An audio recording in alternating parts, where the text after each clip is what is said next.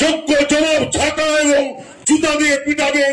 মানুষ রেডি আছে, ওনাদেরকে বাঁশের লাঠি দিয়ে তাড়া করবেন।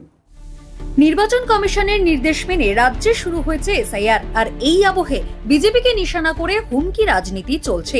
এবার বিজেপি কর্মীদের ঝাঁটা জুতো দিয়ে পেটানোর নিদান দিলেন বাঁকুড়া জেলা পরিষদের সদস্য শিবাজী বন্দ্যোপাধ্যায়।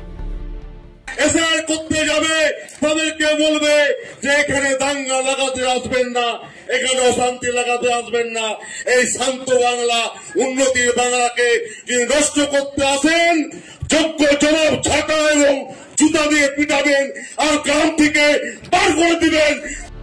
বুধবার 29 অক্টোবর বাঁকুড়া জেলা পরিষদ অডিটোরিয়ামে মহিলা তৃণমূলের একটি সভা হয়।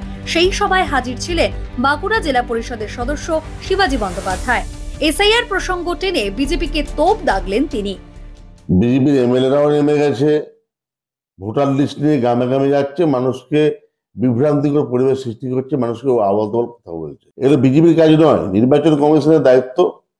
নির্বাচন কমিশন তাদের মতন বুঝুক, কিন্তু বিজেপির এর কাজ লিডারদের, তারা রাস্তায় নেমে মানুষকে ভুল বোঝাচ্ছে। তৃণমূল নেতার এই হুমকিকে আমল দিতে নারাজ বিজেপি নেতৃত্ব। টিম রেডি রয়েছে বলে পাল্টা হুঁশিয়ারি বিজেপির জেলা সভাপতির। ওনারা যদি এই এলাকায় আসেন, আমাদেরও টিম রেডি আছে এবং সাধারণ মানুষও আমাদের সাথে আছে।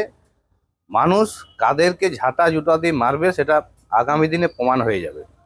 আমরা পরিষ্কার বলে দিচ্ছি, এলাকায় অশান্তি যদি হয় তার জন্য উনি দায়ী থাকবেন এবং মানুষ রেডি আছে, ওনাদেরকে বাঁশের লাঠি দিয়ে তাড়া করবেন।